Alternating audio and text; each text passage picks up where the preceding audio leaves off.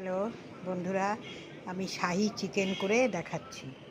এই chicken 1 KG chicken, এই বেরেস্তা করে নিয়েছি, আগে বেরেস্তাটা করে নিয়েছি। আর এই কড়াই বেরেস্তার এই তেলে আমি এবার চাপাবো।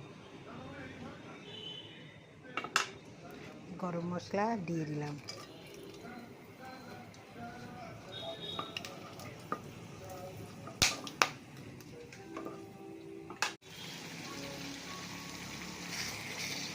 এবার এটা আমি ঢেকে দেবো।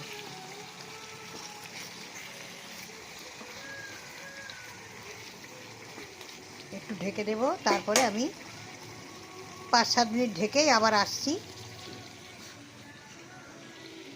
একটু হতে দিচ্ছি, তারপরে আবার ঢাকা খুলছি। বন্ধুরা, আমি ঢাকাটা খুললাম।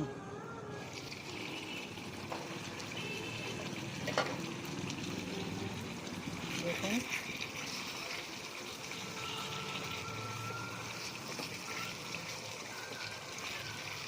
এবারে আমি একটু গুঁড়ো দুধ গুলা দিয়ে দেবেন, একটু গাঢ় করে দুধটা গুলে নেবেন,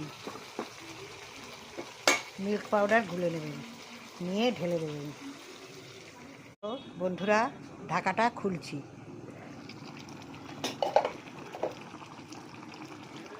এখন হয়ে এসেছে।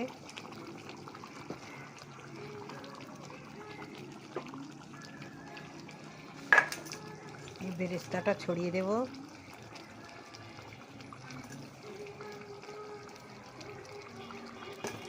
আর একটু গাঢ় হয়ে আসবে সামান্য, তারপরে আমি স্ট্যান্ডিং টাইম দিয়ে দেখাবো। বন্ধুরা, ঢাকাটা খুলছি।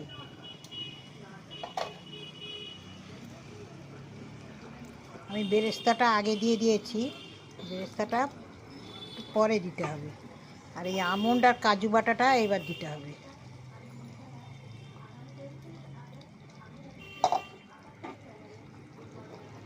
আগে